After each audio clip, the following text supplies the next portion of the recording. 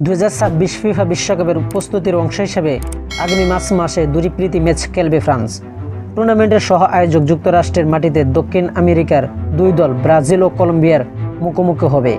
বিস্তারিত প্রতিবেদনে শনিবার বিষয়টি নিশ্চিত করেছেন ইউরোপের দলটির coach Didier Deschamps.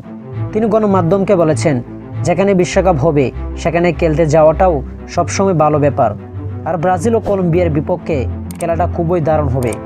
27 March বেস্টনের record 5বারের বিশ্ব চ্যাম্পিয়ন ব্রাজিলকে মোকাবেলা করবে ফ্রান্স। আগামী বছরের জুন জুলাইয়ে অনুষ্ঠিত আসরটির জন্য সম্ভবত সেখানে ঘাঁটি গড়বে দলটি। কলম্বিয়ার বিপক্ষে তারা ওয়াশিংটনে খেলবে 30 মার্চ।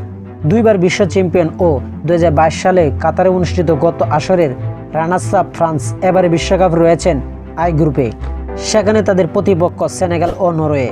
আরেকটি দল আসবে ইরাক, বেলিভিয়া ও রুমানিয়ার মধ্যে ফিফা প্লে-অফের জয়ী থেকে।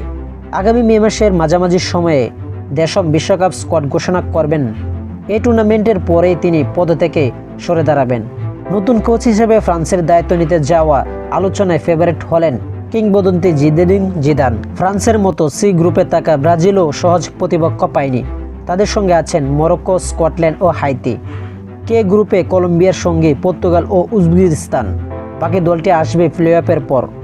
এবারের মতো 48 দল নিয়ে ও 3টি দেশ মিলিয়ে হতে যাচ্ছে ফুটবলের সর্বোচ্চ আসর বিশ্বকাপ।